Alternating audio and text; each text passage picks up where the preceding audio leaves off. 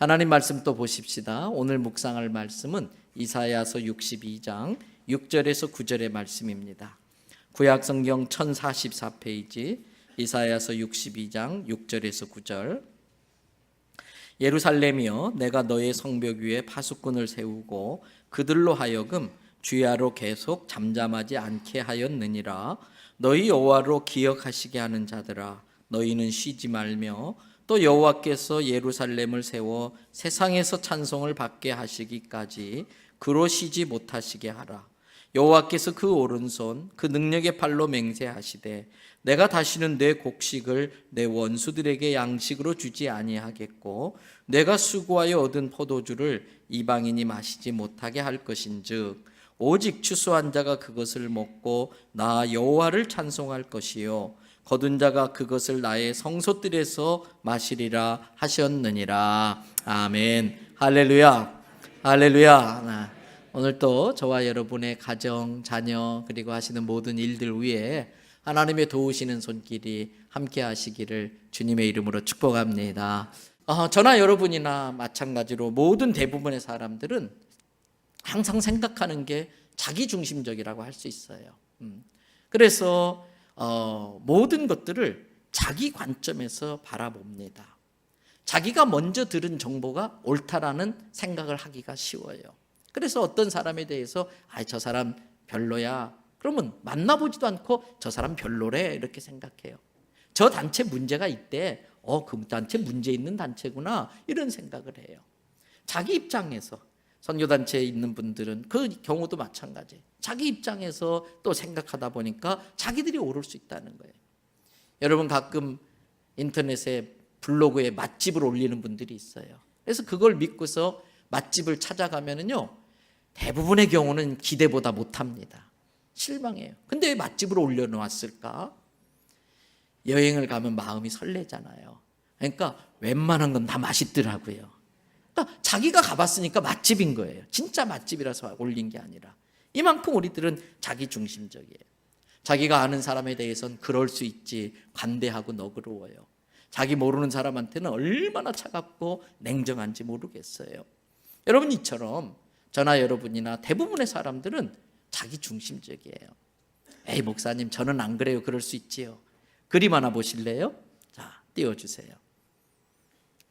무슨 그림인가요? 무슨 그림이에요? 뭐 막 손으로 이래봐야 알아요? 사람이요? 탁자요? 어떤 게 옳을까요? 둘 다 맞지요. 왜 나는 빨간색 사람 얼굴 봤으니까 사람이라고 그러고, 나는 가운데 파란 거 퍼른 원탁 테이블을 봤으니까 테이블이라고 하고, 둘 다 맞는 거예요. 근데 이거 가지고 싸우면은요, 싸움이 끝이 날까요, 안 날까요? 이건 뭐 예수님도 어떻게 못하실 것 같아요. 자, 그림 하나 또 보십시다. 이건 잘 알겠지요. 자, 그 다음 그림 띄워주세요. 네. 무슨 그림이지요? 무슨 그림이에요? 속으면 안 돼요. 여러분들은 저한테 낚였어요. 왜?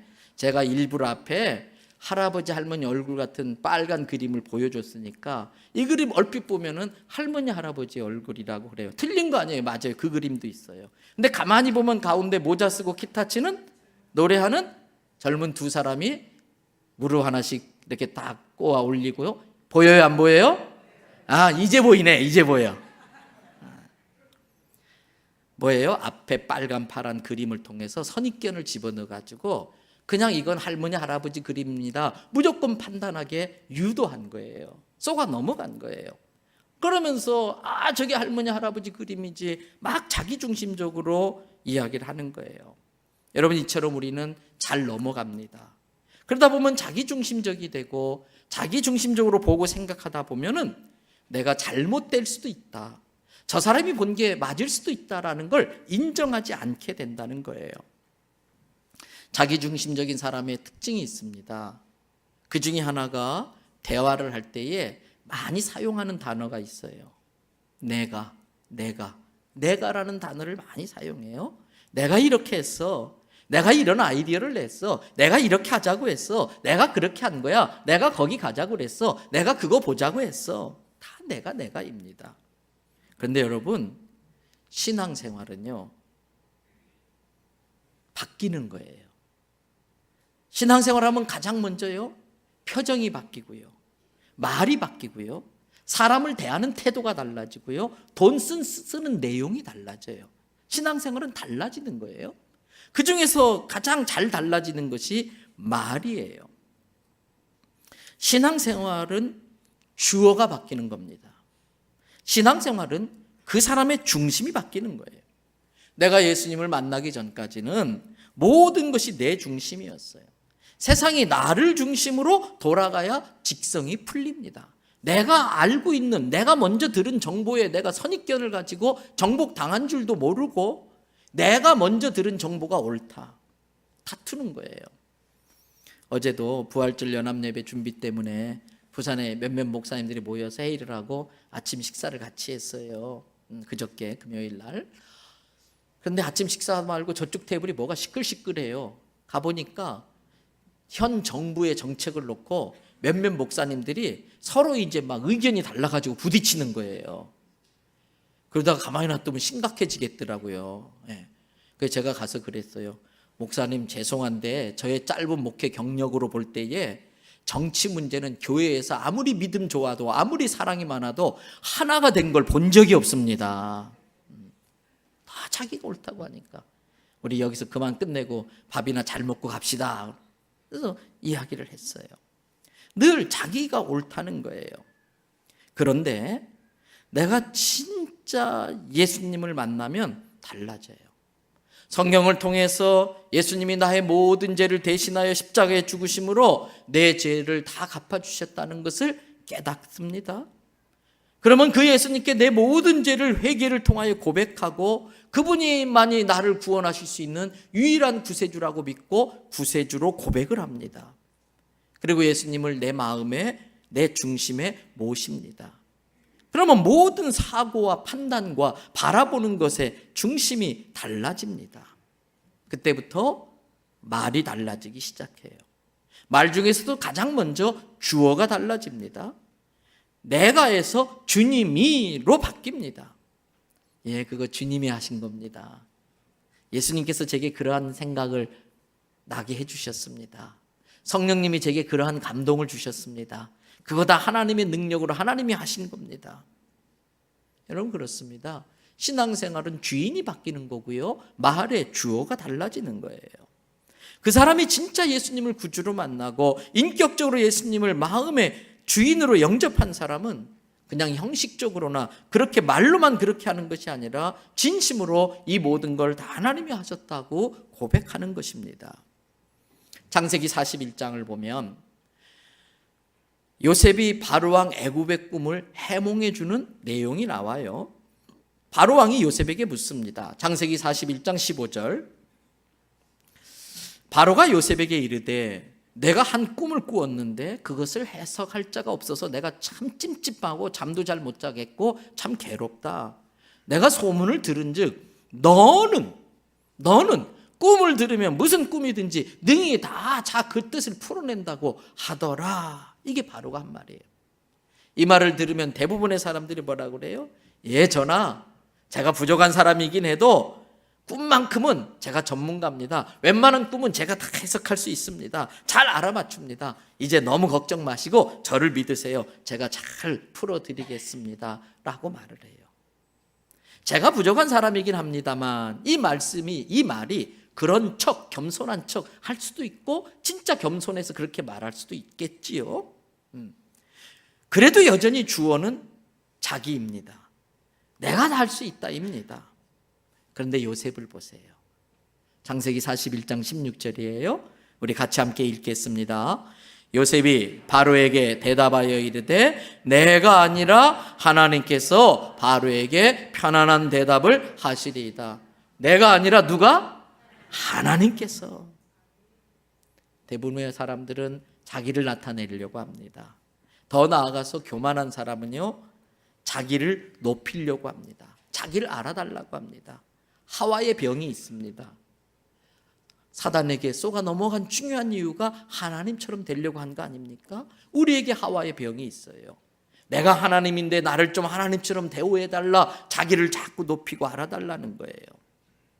그렇게까지는 아니더라도 겸손한 사람은요, 물론 자기를 감춥니다. 그리고 다른 사람을 높입니다. 자기를 낮추고 이렇게 다른 사람을 높이는 겸손도 참 대단한 거예요. 그런데 아십니까? 진정한 그리스도인은 자기를 높이는 것도 아니고 다른 사람을 높이는 것도 아니고 오직 예수님만 높인다는 걸 깨달으시기를 바랍니다. 오직 하나님만 높입니다. 모든 영광을 하나님께만 돌립니다. 요셉이 그렇게 했습니다. 내가 아니라 하나님께서 대답해 주실 겁니다. 요셉의 아버지 야곱도 마찬가지였습니다. 야곱이 이 세상에서의 삶을 마칠 때가 되었다는 소식을 듣자 요셉이 두 아들을 데리고 아버지 야곱에게 마지막 축복 기도를 받으러 갑니다. 아버지 야곱은 요셉에게 자기가 살아왔던 인생을 쫙 간증처럼 이야기를 합니다. 그 중에 일부분이 창세기 48장 3절부터 4절입니다. 요셉에게 이르되, 야곱이 하는 이야기, 아들 요셉에게 이르되, 이전에 가나안 땅 루스에서 누가요? 전능하신 하나님이 나에게 나타나서 누가 복을 주시며? 하나님이 복을 주시며 그 하나님이 내게 말씀하셨다. 4절, 나 여호와가 야곱 너를 생육하고 번성하게 하며 너에게서 많은 백성이 나게 하고 누가? 내가 나 여호와가 이 땅을 너의 후손에게 주어 영원한 소유가 되게 하리라고 하셨느니라 라고 요셉에게 말하는 거예요. 그러면 야곱은 자기의 인생을 쫙 압축해서 간증을 하면서 그 간증의 모든 주요가 누구시라고요? 하나님이 그렇게 하셨다는 거예요. 여러분, 그 아버지의 그 아들이지요. 요셉도 보시기 바래요. 창세기 45장을 보면 요셉이 자기를 애굽의 노예로 판 형들을 만나서 처음으로 자기의 정체를 드러내는 장면이 나와요. 창세기 45장 4절부터 5절입니다. 요셉이 형들에게 이르되 내게로 가까이 오십시오. 그들이 요셉에게 가까이 갔어요. 나를 좀 자세히 보세요. 나 누군지 아시겠어요? 나 기억하시겠어요? 내가 당신의 아우 요셉입니다. 기절초풍할 일이 벌어진 거예요. 죽은 줄 알았는데 노예로 판 요셉이 지금 애국의 국무리 총리가 된데 기절초풍할 일이 벌어진 거예요. 그러면서 갑자기 막 두려움이 벌벌벌벌. 왜? 자기들이 한 짓이 있으니까. 그걸 요셉이 다 알잖아요. 5절 요셉의 입장으로 우리 같이 한번 읽어보십시다. 당신들이 나를 이곳에 팔았다고 해서 근심하지 마소서, 한탄하지 마소서. 하나님이 생명을 구원하시려고 나를 당신들보다 먼저 보내셨나이다. 당신들이 나를 판 것이 아니라 하나님이 내게 소원을 갖고 계셨기 때문에 나를 통해서 앞으로 10년, 20년, 100년, 500년 뒤의 일들도 다 내다보신 하나님이 곧 7년 풍년이 들었다가 7년, 흉년이 올 것을 아셨기에 나를 보내셔서 그 문제를 해결하려고. 형들이 나를 파는 악행을 저질렀지만 좋으신 하나님은 악한 자들의 악행을 선용하셔서 많은 생명을 살리는 일에 나를 쓰시려고 이렇게 보내셨습니다. 하나님이 주어로 바뀐 사람은 복수조차도 하나님께 맡깁니다. 만약에 이때 요셉이 내가 이 날이 올 줄 얼마나 기다렸는지 아십니까? 내가 형들 때문에 얼마나 죽을 고생을 한지 아십니까? 내가 그 어려운 시절을 생각하면 지금도 치가 떨리고 이가 갈립니다. 그리고서 날려버렸다면 오늘의 요셉은 없었을 거예요. 복수조차도 하나님이 아셔야 된다. 하나님의 영역이다. 인생의 주어를 하나님께 맡긴 거예요. 그러면서 요셉이 지금 형들에게 말하는 건 뭐예요? 저의 이 간증을 들으시고 형님들도 이제부터는 인생의 주어를 당신들이에서 하나님께서로 바꾸시기 바랍니다. 인생의 주어를 하나님으로 바꾸라는 거예요. 여러분, 이것이 전도입니다. 전도는 그 사람의 주인을 바꾸어 주는 일입니다. 그동안 귀신을 주인으로 섬기면서 귀신을 두려워하고 귀신에게 시달리던 사람을 찾아가서 예수 이름의 권세로 그 귀신을 꾸짖어 쫓아내고 그 사람에게 예수님을 주인으로 소개하고 주인을 바꿔주는 게 전도예요. 그동안 모든 일에 돈 하다가 돌아버릴 지경에 있는 사람을 찾아가서 돈이 당신의 나머지 인생을 책임지는 게 아닙니다. 돈이 당신의 자식을 지켜주는 게 아닙니다. 돈으로 천국을 살 수 없습니다. 돈이 주인이었던 사람의 인생을 예수님으로 바꿔주는 게 전도인 것입니다. 지금 요셉은 형들에게 하나님의 선한 뜻이 있어서 나를 그렇게 한 것이니 내가 당신들에게 복수할까 봐 두려워하지 말고 당신을 또 나처럼 인생의 주인을 하나님으로 바꾸라고 권면하고 있는 거예요. 여러분, 그렇게 인생의 주인이 하나님으로 바뀌면 어떤 일이 벌어질까? 성경에 또 한 예를 살펴보십시다. 창세기 26장을 보면 이삭이 블레셋의 왕 아비멜렉에게 우물을 빼앗기고 쫓겨나는 내용이 나와요. 26장 26절부터 29절을 보십시다. 아비멜렉이 그 친구 아우삭과 군대장관 비골과 더불어 그랄에서부터 이삭에게로 온지라. 이삭이 그들에게 이르되 너희가 나를 미워해서 나에게 너희를 떠나게 하였거늘 쫓아냈거늘 어찌하여 나를 찾아왔느냐. 28절 그들이 이르되 그 다음 뭐라고 되어 있어요? 여호와께서 너와 함께 계심을 우리가 분명히 보았으므로. 할렐루야.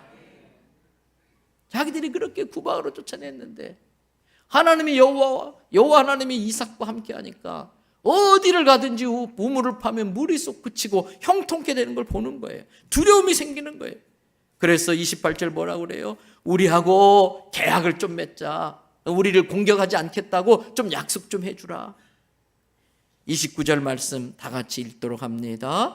너는 우리를 해하지 말라. 이는 우리가 너를 범하지 아니하고 선한 일만 내게 행하여 내가 평안히 가게 하였음이니라. 이제 너는 여호와께 복을 받은 자니라. 이 말씀 그대로 띄워놓으세요. 사람들은요 자기가 한 짓은 다 잊어버려요.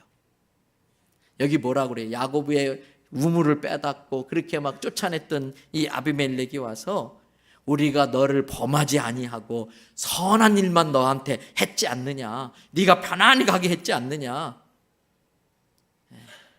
여러분, 그래서 누군가 나를 힘들게 했는데 그거 자꾸 기억하고 있으면요 그 사람은 벌써 잊어버렸어.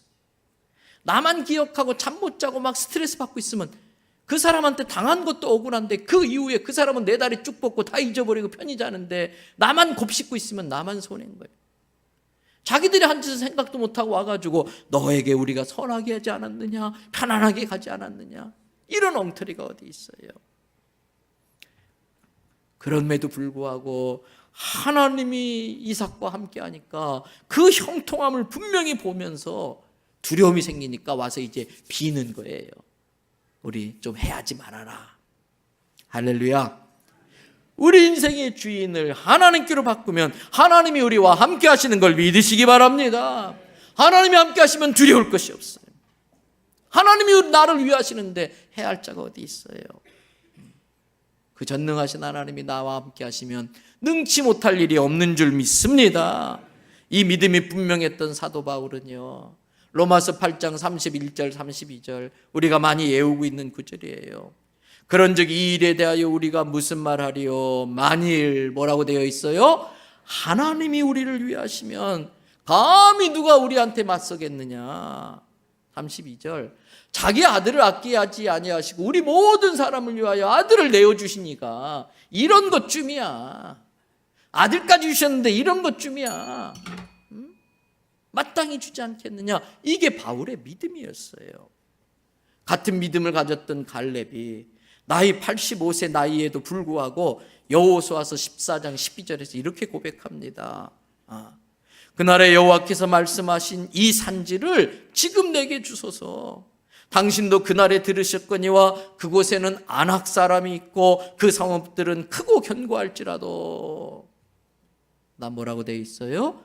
여호와께서 나와 함께 하시면 내가 여호와께서 말씀하신 대로 그 옛날 하나님께서 내게 이 산지를 주겠다고 약속하신 대로 많은 젊은이들이 무서워서 다 피하고, 이제 그동안 많은 공을 세운 할아버지 갈렙은 나는 할 만큼 했으니까 이건 너네들 몫이다, 남원들한테 다 맡길 수도 있는데도 앞장서서 여호와가 함께 하시면 그 거인족 안악자손도 내가 물리칠 수 있다라고 하면서 나가는 거예요. 이게 하나님이 나와 함께 한다는 것을 믿는 사람의 모습인 것입니다. 바벨론 포로에서 돌아와 가지고 이스라엘 백성들이 예루살렘 성전을 재건합니다. 그 책임을 맡은 사람이 스룹바벨이에요. 그런데 사마리아에서 와서 막 방해를 하고요, 많은 적들의 공격이 있다 보니까 자꾸 이게 지지멸멸해지는 거예요. 스룹바벨이 힘이 쭉 빠져가지고 지쳐 있는데, 그걸 보신 하나님께서 스가랴 선지자를 통해 스룹바벨에게 이렇게 말씀하세요. 스가랴서 4장 6절부터 7절에 그가 내게 대답하여 이르되 여호와께서 스룹바벨에게 하신 말씀이 이러하니라. 만군의 여호와께서 말씀하시되 이는 뭐로 되지 않는다? 사람의 힘으로 되지 않는다. 사람의 능력으로 되지 않고 오직 뭐로? 나의 영으로 되느니라. 그러면서 7절 보세요. 큰사나, 스룹바벨의 앞을 막고 있는 큰사나, 내 인생의 앞을 막고 있는 큰사나, 네가 뭐야? 너 가진 건 아무것도 아니야. 스룹바벨 앞에서 뭐가 될지라? 평지. 할렐루야. 저와 여러분의 인생을 가로막고 있는 산들이 평지가 될 줄로 믿습니다. 그가 머릿돌을 내놓을 때에 무리가 외치기를 은총이 그에게 있을지어다 하리라 하셨고, 우리 신디 반주하는 자매 이름이 손은총이에요. 은총이 여기 있네요. 무슨 뜻이에요? 하나님의 은혜로 된다. 은총이로다, 하나님의 은혜다, 이 뜻이에요. 그렇습니다. 내 힘으로 되지 않고 내 능으로 되지 않아도 그 전능하신 하나님이 나와 함께 하시면은 능치 못할 일이 없다는 걸 믿으시기를 바랍니다. 너의 믿음대로 될지어다 그랬어요. 하나님은 전지하신 분, 하나님은 전능하신 분, 하나님께서 닫으시면 열 자가 없고 하나님이 열으시면 닫을 자가 없는 줄 믿습니다. 절대 주권을 갖고 계신 분이에요. 그래서 시편 기자는 시편 104편 24절 25절에서 하나님의 창조를 바라보면서 하나님의 전지전능에 대해 이렇게 고백합니다. 여호와여, 주께서 하신 일이 어찌 그리 많은지요. 이 세상을 보니까 주께서 지혜로 지으신 것들이 이 땅에 가득합니다. 그러면서 하나의 예를 들기를, 크고 넓은 바다가 있는데 그 속에 크고 작은 수많은 생물들이 무수히도, 물고기가 무수히도 많은데 저것도 다 하나님 지으셨지요. 저기 있는 저 나무와 저 숲들과 거기에 있는 짐승들 다 하나님 지으셨지요. 공중의 새도 저 밤하늘의 해와 달과 별도 다 하나님이 지으셨지요. 그 모든 걸 이루시는 전지전능하신 하나님이 내 아버지라는 걸 믿겠다는 거예요. 이 고백이 우리에게 있으시길 바랍니다. 빌립보서 2장 13절을 보세요. 너희 안에서 행하시는 이는 하나님이시니 자기의 기쁘신 뜻을 위하여 너희에게 무엇을 두고? 소원을 두고 행하게 하시나니. 하나님께서 온 인류가 흉년으로 굶어 죽을 것을 보시고서 요셉에게 애굽의 국무총리라는 꿈, 소원, 비전을 품게 만드시고 그 형들의 악행을 이용해서 하나님의 기쁘신 뜻을 이루신 것처럼 지금 내가 겪는 모든 일이 내가 바라는 대로 되든 내가 바라지 않는 대로 되든 내가 원치 않는 것으로 돌아가든 이 모든 걸 핸들링 하시는, 이 모든 걸 지고 계신 하나님이 우리가 아직은 깨닫지 못했지만 하나님이 기뻐하시는 거룩한 뜻이 있어서 우리에게 자기의 소원을 두고 그렇게 해나가신다는 걸 깨달으시기를 바랍니다. 여러분, 이사야서 45장 5절부터 7절에 나는 여호와라, 나 외에 다른 신은 없다. 나밖에 다른 신은 없다. 네가 나를 알지 못했던 그때부터 나는 너의 허리띠를 내가 동여매고 내가 쥐고 있었다. 6절, 해 뜨는 곳에든지 해 지는 곳에 사방팔방 어디에든지 나밖엔 다른 이가 없는 줄을 알게 하려고. 7절, 나는 빛도 짓고 어두움도 창조하며 나는 평안도 짓고 환난도 창조하나니 나는 여호와라, 이 모든 일을 행하는 자니라 하였노라.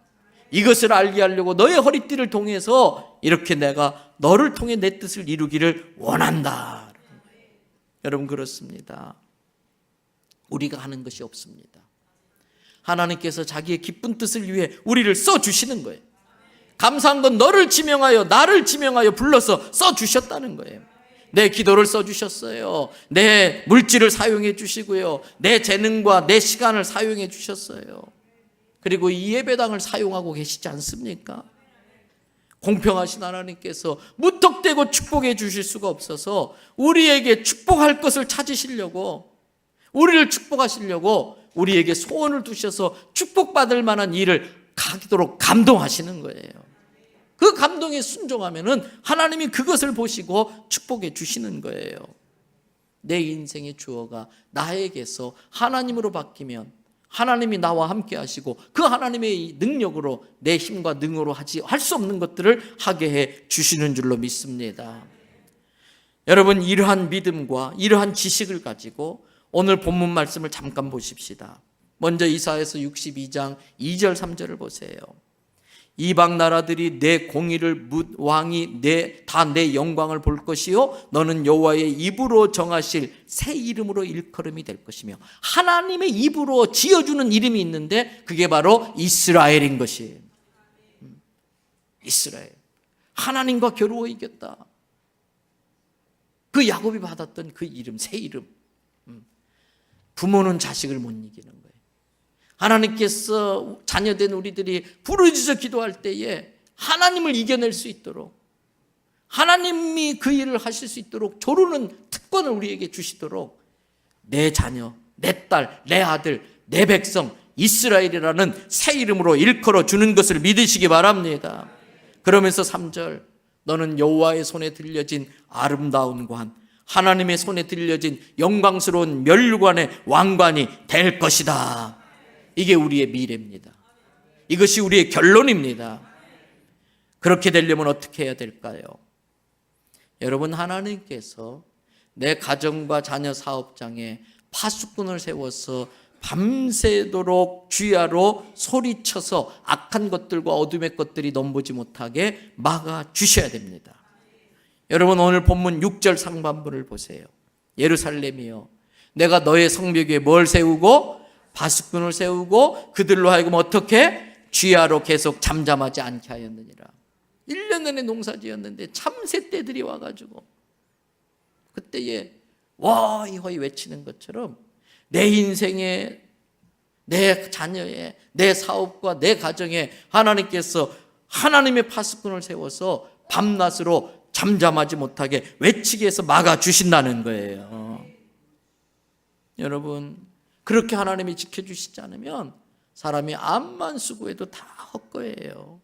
그래서 이것을 깨달은 시편 기자는 시편 127편 1절 2절, 우리가 잘 아는 말씀이에요. 다 같이 한번 읽습니다. 여호와께서 집을 세우지 아니하시면 세우는 자의 수고가 헛되며 여호와께서 성을 지키지 아니하시면 파수꾼의 깨어 있음이 헛되도다. 너희가 일찍 일어나고 늦게 누우며 수구의 떡을 먹음이 헛되도다. 그러므로 여호와께서 그 사랑하시는 자에게는 잠을 주시는도다. 열심히 살아야지요. 새벽부터 밤늦게까지 최선을 다해야지요. 그리고 하나님께 다 맡기는 거예요. 이제 하나님 나 할 만큼 했으니까 이제부터는 하나님 몫입니다. 내가 하나님 자식이니까 하나님이 나 책임져 주세요. 이러한 믿음이 있는 자에게는 편안하게 잠을 자게 해 주신다는 거예요. 여러분, 아침에 일찍 일어나고 늦게까지 일하는 거 좋습니다. 근데 요즘 세상에 그렇게 열심히 살지 않는 사람이 어디 있습니까? 우리 성도들 보면은 정말 안쓰러울 정도로 밤늦게까지, 새벽부터 밤늦게까지 열심히 일해요. 저는 요즘 우리 젊은이들 참 대단하다고 생각해요. 요즘 청년들, 우리 어른들이 욕할 게 아니에요. 얼마나 성실하고 착실한지. 저희 때를 보면요, 우리는 그렇게 열심히 아르바이트 안 했어요. 내가 내 학비 벌려고 그렇게 고생 안 했어요. 얼마나 기특해요. 그런데 아무리 그렇게 일할래도 이제는 아르바이트 써주는 데가 없어요. 그리고 모두가 열심히 하니까 열심히 해봤자 기본밖에 안 되지 않습니까? 거기에 필요한 게 하나님의 도우시는 손길인 줄로 믿습니다. 그래서 6절 뒷부분부터 7절까지 보세요. 너희 여호와로 기억하시게 하는, 거기부터 읽어봅니다. 시작. 너희 여호와로 기억하시게 하는 자들아, 너희는 쉬지 말며 여호와께서 예루살렘을 세워 세상에서 찬송을 받게 하시기까지 그로 쉬지 못하시게 하라. 여러분, 뭐가 지혜냐? 죽으라고 쉬지 않고 일하는 게 지혜가 아니에요. 도끼 날을 가는 시간이 있어야 돼. 그래서 하던 일을 잠시 쉬고 기도의 도끼날을 가르시기를 바랍니다. 그래서 내 기도와 내 찬양과 내 예배와 나의 봉사를 받으시느라고 하나님이 쉬지를 못하세요. 하나님을 쉬지 못하도록 기도를 쉬지 말아라. 하나님이 쉬지 못하도록 찬양을 쉬지 말아라. 그러면서 뭐라고 그랬어요? 거기에 보십시오. 하나님께서 우리를 기억하게 한다 그랬어요. 기억하게 한다. 하나님이 우리를 기억할 수 있도록 만들려는 거예요. 내가 하나님을 기억하는 것도 좋지만 내가 끊임없이 드리는 기도와 봉사와 찬양, 그것을 받으시느라고 쉬지 못하실 뿐만 아니라 누가 저렇게 열심히 하지? 그걸 기억하시게 함으로써 하나님도 내 성벽에서 파수꾼을 세워 쉬지 못하게 만들라고 하는 것입니다. 여러분, 기도는 우리의 일에 하나님의 큰 손을 끌어들이는 비결입니다. 기도는 하나님으로 하여금 내 일을 하게 만드는 방법입니다. 기도는 우리의 연약함과 부족함과 미련함을 고백하고 하나님의 지혜와 능력을 얻는 방법인 것입니다. 이제 말씀을 마무리합니다. 그렇게 하나님으로 하여금 우리의 찬양과 기도와 헌신을 받으시기 위하여 쉬지 못하게 하고 우리를 기억하게 만드시면 하나님이 어떤 약속을 하셨나? 오늘 본문 8절 9절을 보세요. 여호와께서 그 오른손 능력의 팔로 뭐 하셨어요? 요새는 유치부 다니는 아이들도요, 제가 무슨 이야기를 하면 목사를 못 믿는가 봐요.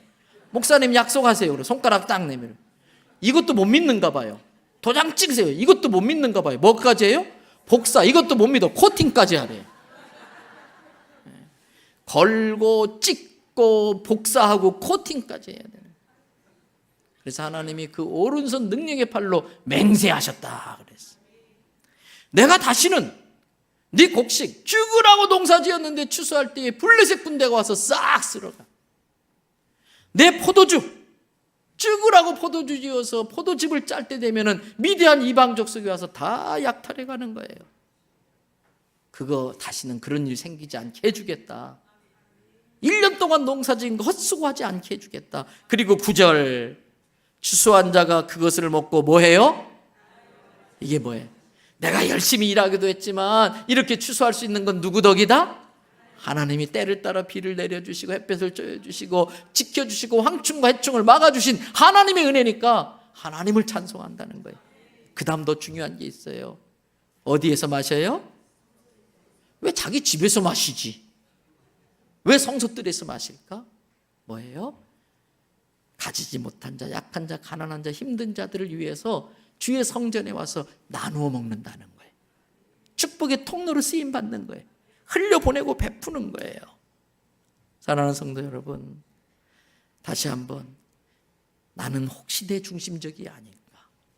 진짜 예수님이 내 주인인가? 내 언어의 주어는 누군가? 그거 살피면서 하나님을 중심에 모시기를 바랍니다. 하나님의 능력을 덧입으시기를 바랍니다. 그래서 정말 새벽부터 밤늦게까지 열심히 일하지만 그게 헛수고 되지 않고 거두게 하시고 그걸 베풀고 나누는 축복의 통로로 쓰임받는 저와 여러분들 되시기를 주님의 이름으로 축복합니다.